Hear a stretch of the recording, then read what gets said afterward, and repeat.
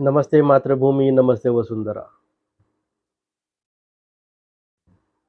हमने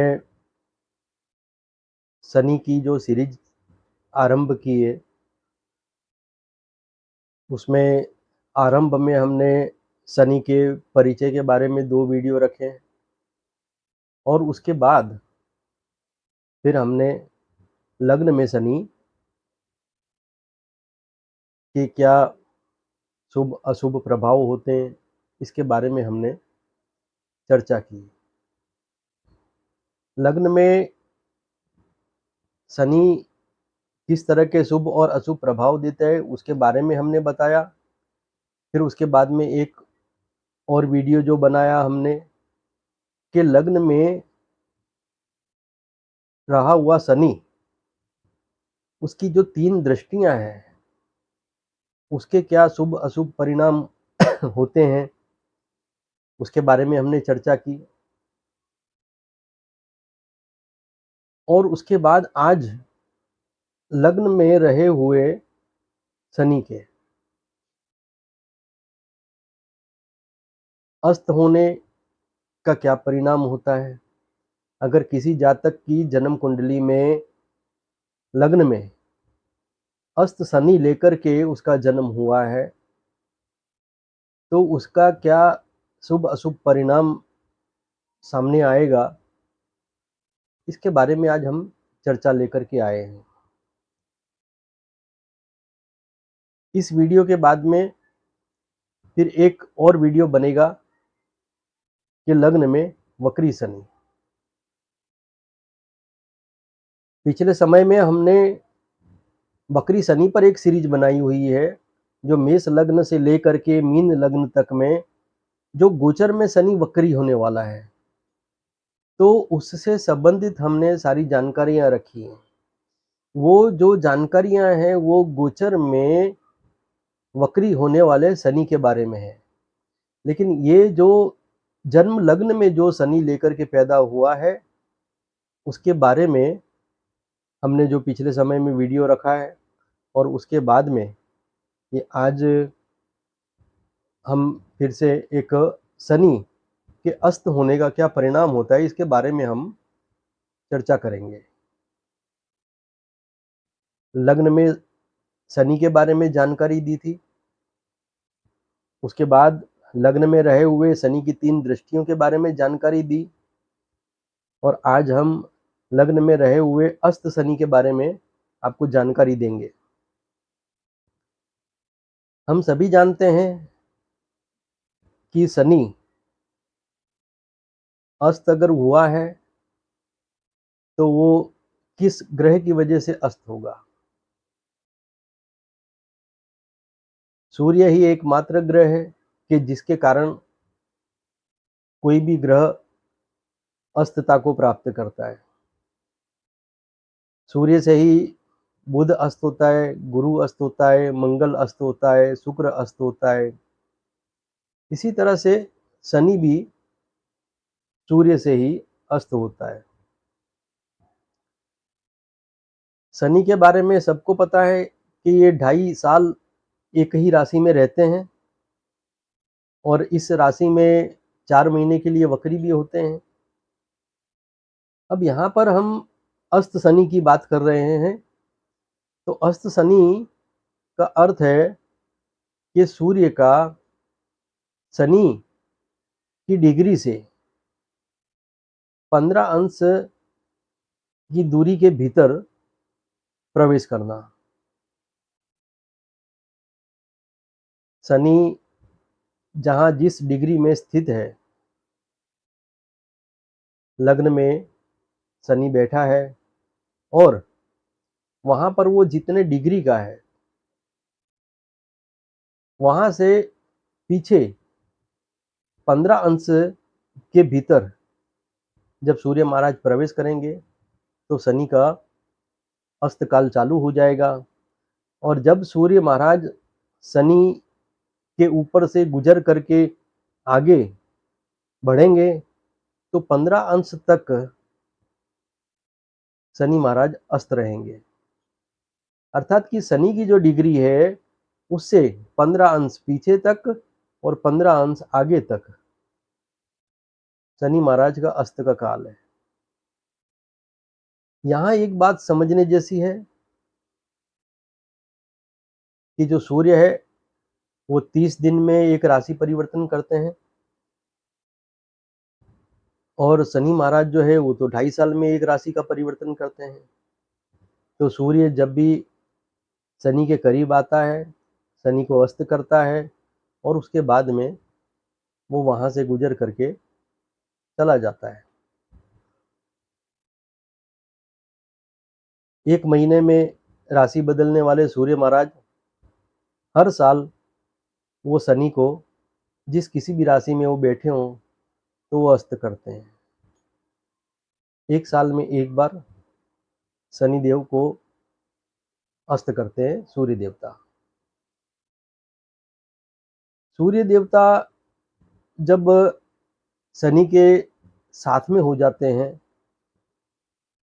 तो शनि तो अस्त होता ही है, लेकिन वहाँ पर सूर्य भी निर्बल होता है। लेकिन लग्न वो भाव है कि जहाँ पर सूर्य का बल बढ़ा हुआ होता है और शनि का बल यहाँ पर घटा हुआ होता है। सूर्य लग्न में बलवान होता है, शनि लग्न में निर्बल होता है और ऊपर से अगर सूर्य आ गया, अस्त हो गए शनि, तो शनि और निर्बल हो जाता है। जब भी शनि लग्न में है और अगर सूर्य का भ्रमण होता है, वहाँ गोचर भ्रमण होता है, तो शनि निर्बल होता है। तो इस समय काल में ऐसे जातकों के जीवन में कुछ मंदता आती है, मांसपेशियों में दर्द होना, शरीर में कुछ विचित्र सी बेचैनी होना और एक शारीरिक शिथिलता। इंसान के माइंड की जो एक्यूरेसी है वो डिस्टर्ब हो जाती है। इंसान एक तरह से पूरी चेतना में होते हुए उसका जो मस्तिष्क है वो मानो फ्रीज हो गया है। कुछ इस तरह की परिस्थितियां उसके सामने आ जाती है। यहाँ अगर हम विस्तार से अगर देखें तो एक बात हमको समझनी है कि सूर्य जो है वो शासक है और शनि जो है वो एक सिद्धांत है। शनि सैद्धांतिक ग्रह है और सूर्य जो है वो शासक ग्रह है। सूर्य जब शनि के ऊपर से भ्रमण करता है तो यहाँ पर एक तरह का हम कहेंगे कि एक संघर्ष उत्पन्न होता है और इस संघर्ष में हम ये देखेंगे कि जैसे मान लीजिए कि कोई राजा है। अब वो राजा जो है वो सिद्धांतों को देखता है, सिद्धांतों की जो भी प्रतिकूलता है उसको वो बदलने की कोशिश करता है। अब अगर वहां पर सिद्धांतों की प्रतिकूलता वाकई में प्रतिकूलता है तो कोई चिंता वाली बात नहीं है। वहां पर तो शनिदेव समर्थन कर देते हैं कि चलो समय काल बदलता है, सिद्धांत बदलते हैं, तो सिद्धांतों में परिवर्तन हो जाए, कोई बड़ी बात नहीं है। लेकिन जब ये होता है कि अगर सिद्धांत सही है और राजा अगर अपनी मनमानी करने की कोशिश करता है तो वहां पर फिर ये होता है कि सिद्धांतिक जो व्यवस्था है, जो एक सैद्धांतिक व्यवस्था है, वो डिस्टर्ब होती है। सिद्धांत चाहते हैं कि जो भी शासक हो वो सिद्धांतों के अनुरूप पूरी प्रशासन व्यवस्था को ध्यान से देखे और उसको सुचारू रूप से संचालित करे। अब यहाँ बड़ी बात ये होती है कि सिद्धांत अपेक्षा करता है राजा से कि राजा खुद उन सिद्धांतों को शिरोधार्य करे, माने और प्रजाजनों से भी चुस्तता से उसका पालन कराए। अब यहाँ ये होता है कि जब कोई राजा ऐसा आ गया कि जो सोचता है कि ये जो सिद्धांत बने हुए हैं, इन सिद्धांतों से तो मुझे एक आनंददायक जीवन जीने में कष्ट होगा। मैं अपनी मनमानी के हिसाब से, अपनी मनमर्जी के हिसाब से मैं नहीं जी सकूँगा। इसीलिए वो अपने किसी स्वार्थ की खातिर या फिर अपने किसी आनंद की खातिर वो उन सिद्धांतों में बिन ज़रूरी, अननेसेसरी कुछ बदलाव करने की कोशिश करता है। उस बदलाव करने की कोशिश में वहाँ पर जो सैद्धांतिक व्यवस्था जो है, उसके अंदर एक तरह से कोई भूचाल आ जाता है। अब यहाँ जब सैद्धांतिक जो नीति नियम है, जिस नीति नियमों के कारण सारी प्रशासन व्यवस्था, जो भी मैनेजमेंट है, वो बखूबी हो रहा है, तो वहाँ पर जैसे ही कुछ डिस्टर्बेंस आता है, अनावश्यक बदलाव होते हैं, तो वहाँ पर सैद्धांतिक व्यवस्था गड़बड़ हो जाती है, डिस्टर्ब हो जाती है और उसका एक साइड इफ़ेक्ट पूरे राज्य में, पूरे देश में देखने को मिलता है। राजा की जो छवि है, वो भी मलिन होती है और जो सैद्धांतिक व्यवस्था है, वो सैद्धांतिक व्यवस्था भी एक तरह से कहेंगे कि उसे क्षति पहुँचती है, उसे नुकसान होता है। तो यहाँ पर कई बार ऐसा होता है कि शासक अपनी जगह पर सही है, राजा अपनी जगह पर सही है। कुछ कुरीतियाँ हैं जो परंपरा के तौर पे चली आ रही हैं, तो उन्हें राजा बदलने की कोशिश करता है। तो वहाँ पर जो सैद्धांतिक व्यवस्था है, वो वहाँ पर प्रफुल्लित होती है, प्रसन्न होती है। क्योंकि आखिर सिद्धांत हैं तो मानवों के लिए, मानवों के सुखी जीवन के लिए। तो ऐसे में जब भी सिद्धांतों में से किसी तरह की कोई कुरीतियाँ दूर होती है, तो सैद्धांतिक व्यवस्था जो है वो स्वस्थ चित्त हो जाती है। तो ये जो सिद्धांत हैं, ये शनिदेव हैं और जो शासक हैं, वो सूर्यदेव हैं। यहाँ यही संघर्ष हमारे मनोमस्तिष्क में, हमारे शरीर में देखने को मिलता है। यहाँ कई बार ये होता है कि सिद्धांत सही हैं, शासक किसी तरह का कोई बुरा व्यवहार कर रहा है, वो किसी तरह की भ्रामक बातों का फैलाव करके सही बातों को गलत ठहराने की कोशिश कर रहा है। तो ऐसी परिस्थिति में भी यहाँ कई तरह के संघर्ष होते हैं। इन संघर्षों से हिंसा, भ्रष्टाचार, अव्यवस्था ये सब होना शुरू हो जाता है। कुरीतियाँ सिद्धांतों में भी होती है और कुरीतियाँ शासक के व्यवहार में भी होती है। तो यहाँ पर जब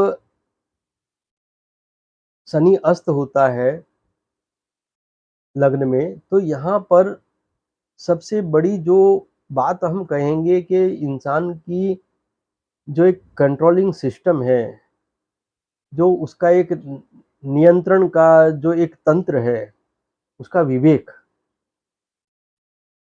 उस विवेक में या तो सुदृढ़ता आती है, स्वस्थता आती है अथवा तो उस विवेक में कुछ इम्बैलेंस होता है, किसी तरह का हम कहेंगे असंतुलन पैदा हो जाता है। लग्न में अस्त शनि ये अगर 15 अंश की जो दूरी है, इसके बीच में अगर 2 भावों का डिवाइडेशन हो जाता है, मान लीजिए कि शनि देवता तो महज 25 अंश पर बैठे हुए हैं,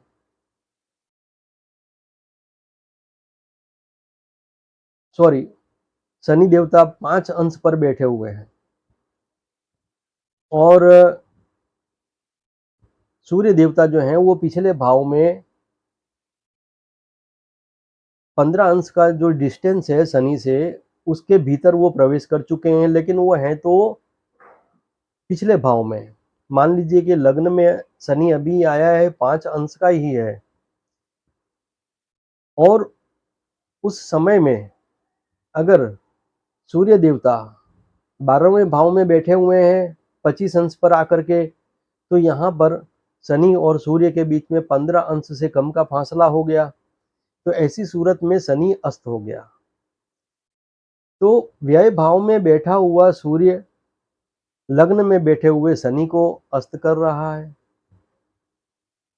इसका परिणाम ये होगा कि अगर किसी के लग्न में शनि है 5 अंश के आसपास या जो भी जितने भी अंश के आसपास और 12वें भाव में बैठ करके सूर्य वहां से शनि को अस्त कर रहा है, तो इसका परिणाम ज्यादातर ये देखा गया है कि ऐसे व्यक्ति के जीवन में जो आरंभिक जीवन जो है उसका वो बड़ा ही कष्टदायक होता है। उस जीवन में उसको कई तरह की परेशानियों का सामना करना पड़ता है और जीवन का आधा हिस्सा लगभग उसका कई तरह के संघर्षों में गुजरता है। अब यहाँ पर बात सफलता असफलता की नहीं है। सफलता मिल जाए किसी व्यक्ति को तो उसका संघर्ष समाप्त हो जाता है, ऐसा नहीं है। सफलता मिलने के बाद तो कई बार संघर्षों में वृद्धि हो जाती है, क्योंकि व्यक्ति अपनी उस सफलता को टिकाए रखने के लिए भी बहुत अधिक प्रयास करते रहना पड़ता है व्यक्ति को। तो वो व्यक्ति जो अधिक प्रयासरत रहता है वो भी एक संघर्ष ही है। संघर्ष का कोई विशेष रंग रूप नहीं होता। खुशी के लिए भी संघर्ष होता है, दुख से बाहर निकलने के लिए भी संघर्ष होता है, खुशी बनी रहे उसके लिए भी संघर्ष होता है और दुख में से निजात पाने के लिए भी व्यक्ति को संघर्ष करना पड़ता है। तो यहाँ इस बात को हम बहुत विशेष तौर पे ध्यान दें कि शनि देवता लग्न में बैठे हैं, लेकिन सूर्य देव 12वें भाव से शनि को अगर अस्त कर रहे हैं तो व्यक्ति का आरंभिक जीवन जो है वो परेशानियों में कठिनाइयों में जरूर निकलेगा, लेकिन ऐसा व्यक्ति अपनी आयु के 30-32 साल के बाद बहुत अच्छी उड़ान भरता हुआ देखा गया है, अर्थात कि बहुत अच्छी प्रगति करता हुआ देखा गया है। क्योंकि एक कष्टदायक जीवन जो होता है वो व्यक्ति को बहुत ज्यादा अनुभवों का एक बहुत बड़ा प्रमाण दे देता है, एक अनुभवों का एक संग्रह उसको प्रदान कर देता है। उसके जीवन से बहुत सारे जो संघर्ष जुड़े हुए हैं, उसके जो अनुभव उसके साथ में जुड़ते हैं, वो उसकी स्मृति में बन जाते हैं और ऐसा व्यक्ति अपने जीवन में बहुत प्रगति भी करता है। यहाँ दूसरी परिस्थिति एक और भी होती है कि मान लीजिए कि शनि महाराज जो है वो लग्न भाव में 25 अंश पर बैठे हुए हैं और सूर्य देवता सेकंड हाउस में लग्न के अगले भाव में वो वहां 6-7 अंश में बैठे हुए हैं। तो यहाँ पर स्पष्ट हो गया कि शनि देव से आगे जो 15 अंश का फासला है उसके भीतर ये सूर्य देवता मौजूद हैं, अर्थात कि सूर्य देव शनि के अगले भाव में बैठ करके, लग्न से अगले भाव में बैठकर, द्वितीय भाव में बैठ करके शनि देवता को अस्त करे हुए हैं। अब अगर कोई जातक इस तरह की सिचुएशन लेकर के पैदा हो जाता है तो यहाँ पर एक चीज हमेशा देखने को आती है कि व्यक्ति का आरंभिक जीवन तो ज्यादातर सुखमय, शांतिपूर्वक निकल जाता है, लेकिन उसके जो जीवन का जो उत्तरार्ध है, अर्थात कि उसके समझो कि 30-35 साल की उम्र के बाद का जो समय है, वहां से उस व्यक्ति का संघर्ष, उसकी व्यस्तता बहुत कुछ बढ़ जाती है। तो ये सिचुएशंस देखी गई है। शनि अगर लग्न में है और सूर्य देवता 12वें भाव से अगर ग्रस्त कर रहे हैं, अस्त कर रहे हैं शनि को, तो यहाँ पर आरंभिक जीवन जो है वो कष्टदायक होगा। और अगर शनि देवता लग्न में बैठे हैं और अगले भाव से, द्वितीय भाव से सूर्य देवता अगर वो अस्त कर रहे हैं शनि देवता को, तो ऐसे जो जातक हैं उनके जीवन में, जीवन के उत्तरार्ध में काफी संघर्ष देखने को मिल सकता है। लेकिन ये संघर्ष अच्छा या बुरा होगा, वो इस सिचुएशन से पता नहीं चलता है। इससे सिर्फ इतना मालूम पड़ता है कि व्यक्ति के जीवन में संघर्ष बहुत होगा, लेकिन वो संघर्ष उसकी किसी महत्वाकांक्षा को पूरा करने के लिए उसने खुद स्वीकार किया है, तो वो उसके लिए सुख का कारण होगा। क्योंकि व्यक्ति को अगर अपनी महत्वाकांक्षा पूरी करनी है और उसके लिए अगर किसी तरह का वो संघर्ष करता है, तो सीधी सी बात है कि वो उससे प्रसन्न होगा। उसे पता ही है कि मुझे कुछ अचीव करना है तो मुझे कष्ट उठाना होगा। अब बात करते हैं कि शनि लग्न में है और शनि के साथ ही सूर्य देवता बैठे हुए हैं, तो यहाँ पर सूर्य और शनि की युति भी बन जाएगी। सूर्य और शनि की युति जब बनेगी तो एक सीधी सी और स्पष्ट बात है कि यहाँ लग्न में सूर्य बलवान होता है और शनि यहाँ कमजोर होता है। अगर सूर्य शनि की युति लग्न में है तो ऐसे जातक के जीवन में सबसे पहले उसके आत्मविश्वास में कमजोरी देखने में मिलेगी। ऐसे जातक का शारीरिक दुर्बलता, उसकी मानसिक दुर्बलता भी देखने को मिलेगी। मानसिक दुर्बलता का अर्थ ये है कि इंसान मानसिक रूप से एक कमजोरी लिए होगा, लेकिन वो मानसिक रोगी नहीं होगा। उसके विचारों में अस्थिरता होगी, उसके विचारों में दृढ़ता नहीं होगी। ऐसा व्यक्ति ठीक से फोकस नहीं कर पाएगा, कंसंट्रेट नहीं कर पाएगा, पढ़ाई लिखाई में वो अच्छा परफॉर्मेंस नहीं कर पाएगा। कई बार ऐसे जातक पढ़ने लिखने में होशियार होते हुए भी, लेकिन परीक्षा के समय में किसी न किसी तरह के लूज कॉन्फिडेंस के कारण वो सब कुछ जानते हुए भी परीक्षा में सवालों के सही जवाब नहीं दे पाते हैं। जिस समय में, जहाँ पर जिस योग्य तरीके से, एक योग्य प्रकार से व्यक्ति को बात करनी होती है, इस प्रकार से वो बात नहीं कर पाते हैं। तो सूर्य शनि की युति अगर लग्न में है तो यहाँ पर एक परेशानी ये देखने को बहुत ज्यादातर मिलती ही है। अब हम बात करते हैं कि लग्न में अस्त जो शनि है, वो लग्न में व्यक्ति को इसलिए मिला है कि पिछले जन्म से ऐसा व्यक्ति मानसिक शक्ति, चिंतनशीलता, मनन मंथन के अनुभवों को लेकर आया है। वो ज्ञान भी लेकर के आया है, लेकिन साथ में वो उसकी सजा भी लेकर के आया है। मान लीजिए कि किसी व्यक्ति ने, किसी जातक ने पिछले जन्म में बहुत ज्ञान अर्जित किया है और बहुत सारी अच्छी बातें उसने उसने आत्मसात की है, कई प्रकार की कुशलता, योग्यता उसने हासिल की है, लेकिन उसके बावजूद भी उसने उन योग्यताओं के प्रति, उसके उपयोग के प्रति लापरवाही की है, उससे ना तो अपने परिवार को, ना ही समाज को लाभान्वित किया है। तो ऐसी सूरत में व्यक्ति लग्न में अस्त शनि लेकर के पैदा होता है। लग्न में अस्त शनि लेकर के पैदा हुआ व्यक्ति, उसके पास योग्यता होते हुए, डिग्री होते हुए, कई तरह की कुशलता होते हुए, जिस किसी भी विषय में उसने किसी तरह का अध्ययन किया है, उसमें उसकी परिपूर्णता होते हुए भी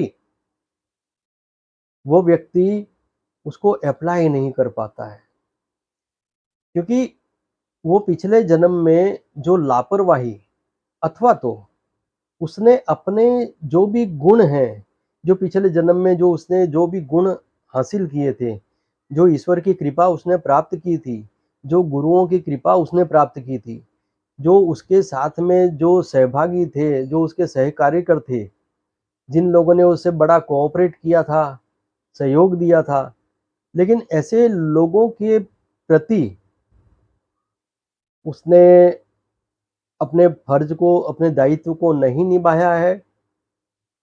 अपनी प्रत्येक प्रकार की क्षमता होते हुए भी उसने उस क्षमता से समाज को, अपने साथ वाले लोगों को अगर लाभान्वित नहीं किया है, तो ऐसा व्यक्ति लग्न में अस्त शनि लेकर के पैदा होता है। और यहाँ इस जन्म के अंदर वो शारीरिक कष्ट, मानसिक कष्ट, अपमान, अपयश, कई तरह की परेशानियों को वो झेलता है। और विशेषकर अगर ऐसे व्यक्ति के जीवन में शनि की महादशा आ जाए, तो ये मानकर चलिए कि उस महादशा के दौरान उस व्यक्ति को बहुत लंबा समय बीमारियों में गुजारना पड़ेगा। दवाइयाँ लेकर के भी उसको शरीर में लाभ नहीं होगा, दवाइयाँ असर नहीं करेंगी। व्यक्ति में मात्र शक्ति इतनी ही रहेगी कि वो चल फिर सके, घूम फिर सके, छोटा मोटा कुछ काम कर सके।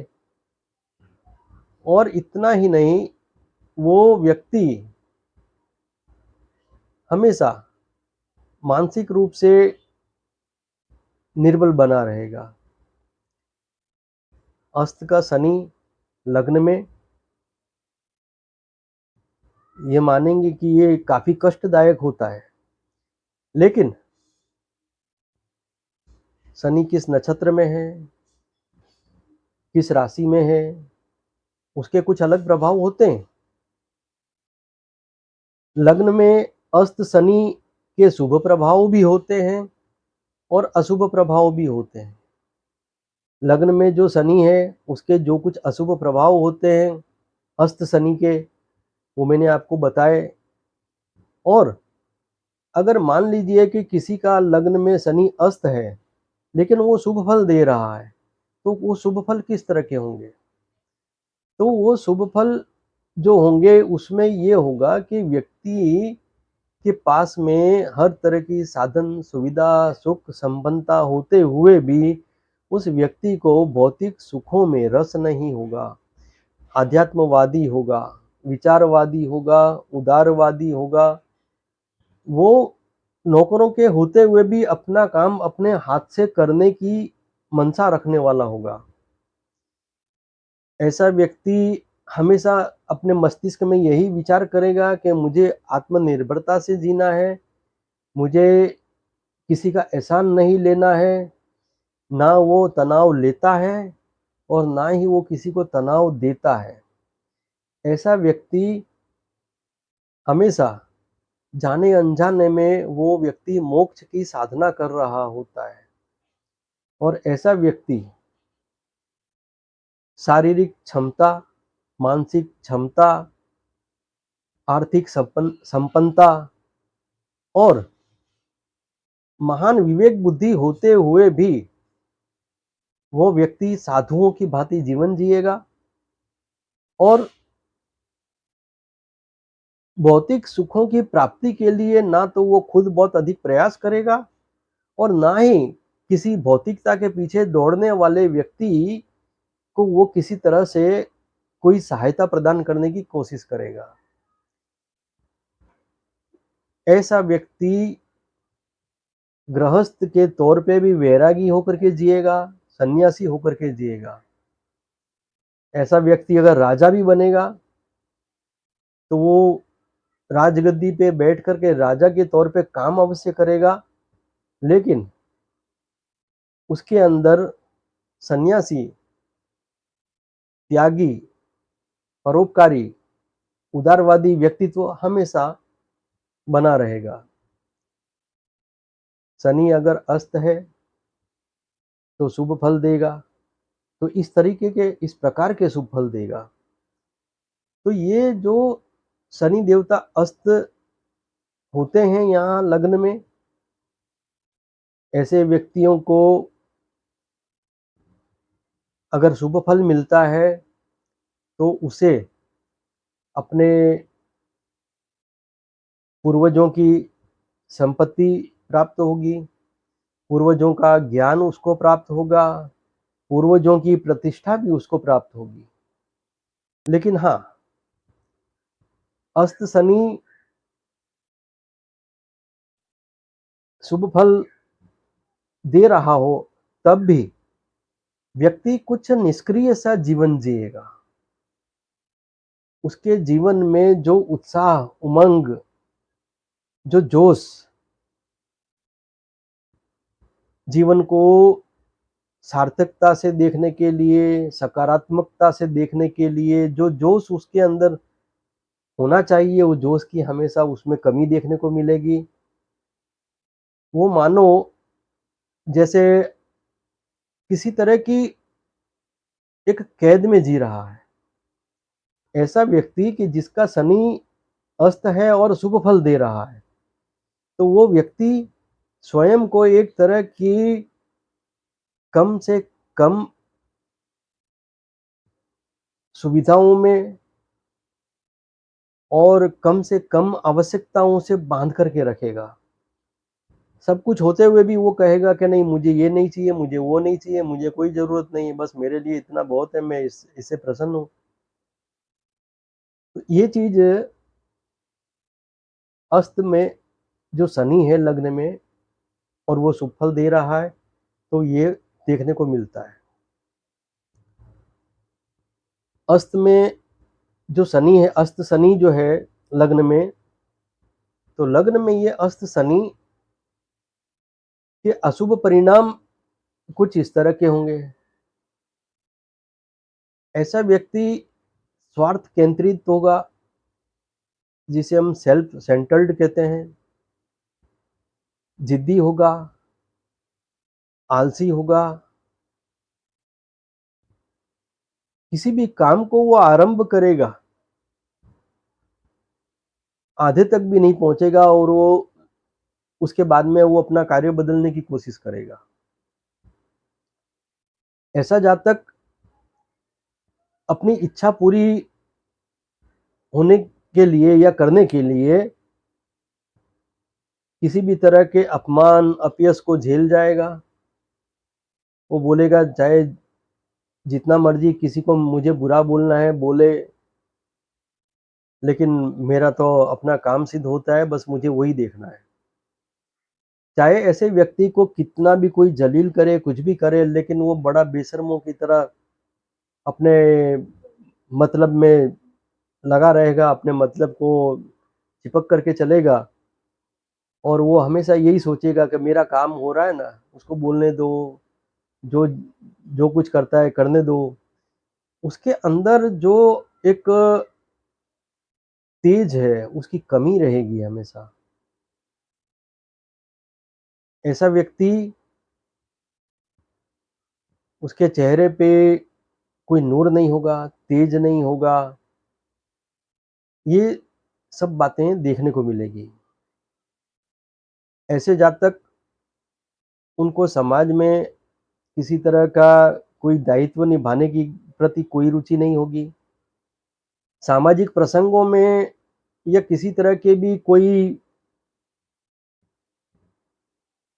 प्रसंग हो गए, उसमें अगर वो कहीं पर जाकर खड़ा भी हो गया, तो वो इसीलिए जाएगा कि यहाँ से मुफ्त में कुछ मिल जाए, मुफ्त में कुछ खाने को मिल जाए, मुफ्त में कोई प्रशंसा मिल जाए, या किसी तरह का कोई भी मुफ्त का कोई लाभ उसको प्राप्त हो।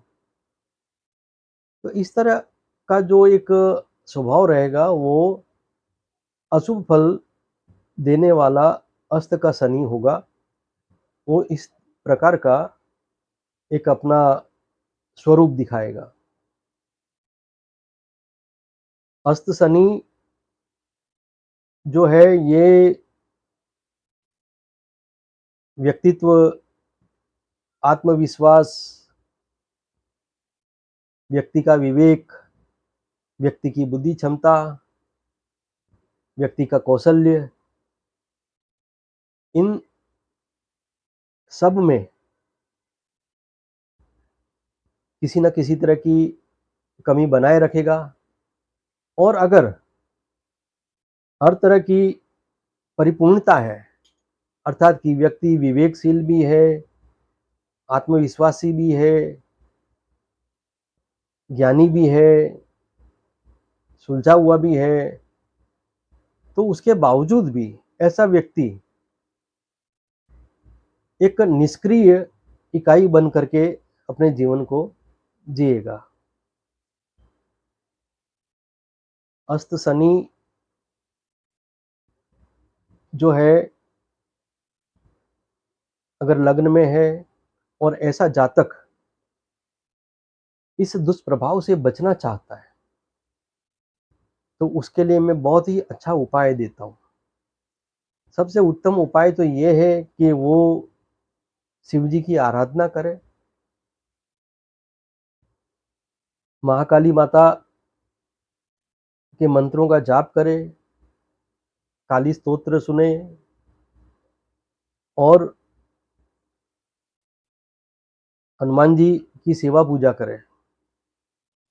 और इन सब का लाभ व्यक्ति को तब ही मिलेगा कि जब व्यक्ति अपने जीवन में एक के बाद एक कोई लक्ष्य निर्धारित करे और उस लक्ष्य को प्राप्त करने के लिए हमेशा प्रयत्नशील रहे। तो लग्न में रहा हुआ अस्त शनि वो बहुत ही माइनर परेशानी देगा।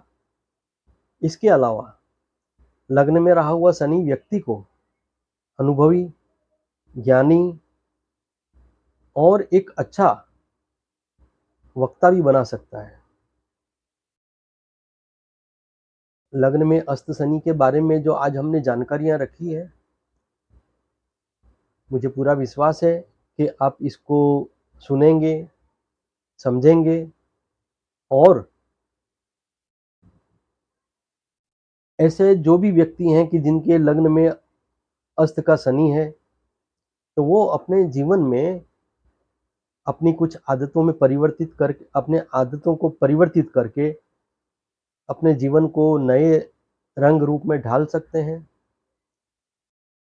जैसा कि मैंने बताया कि सूर्य जो है वो शासक है और शनि जो है वो सिद्धांत है।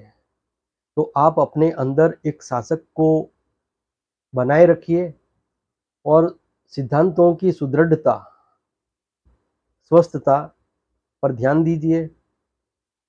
आप अपने आप के राजा हैं, और आपके प्रति, आपके ऊपर, आपके परिवार वालों की जो भी जिम्मेदारियां हैं, जो उनका एक आप पे विश्वास बना हुआ है, तो वो निभाए रहना भी ज़रूरी है।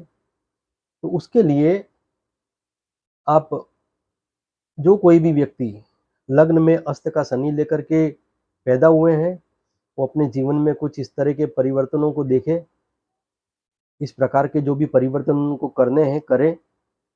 जो कुरीतियाँ हैं, जो भी बुरी आदतें हैं, उनको दूर करने की कोशिश करें। मैं मानता हूँ कि व्यक्ति अस्त के शनि होते हुए लग्न में भी बहुत ही आनंददायक जीवन जी सकता है। मैं आशा करता हूँ आपको ये जानकारियाँ बहुत पसंद आएँगी। अगर आप हमारे चैनल पर पहली बार आए हैं, तो सब्सक्राइब करें, लाइक करें, कमेंट करें और शेयर करें। धन्यवाद। नमस्कार।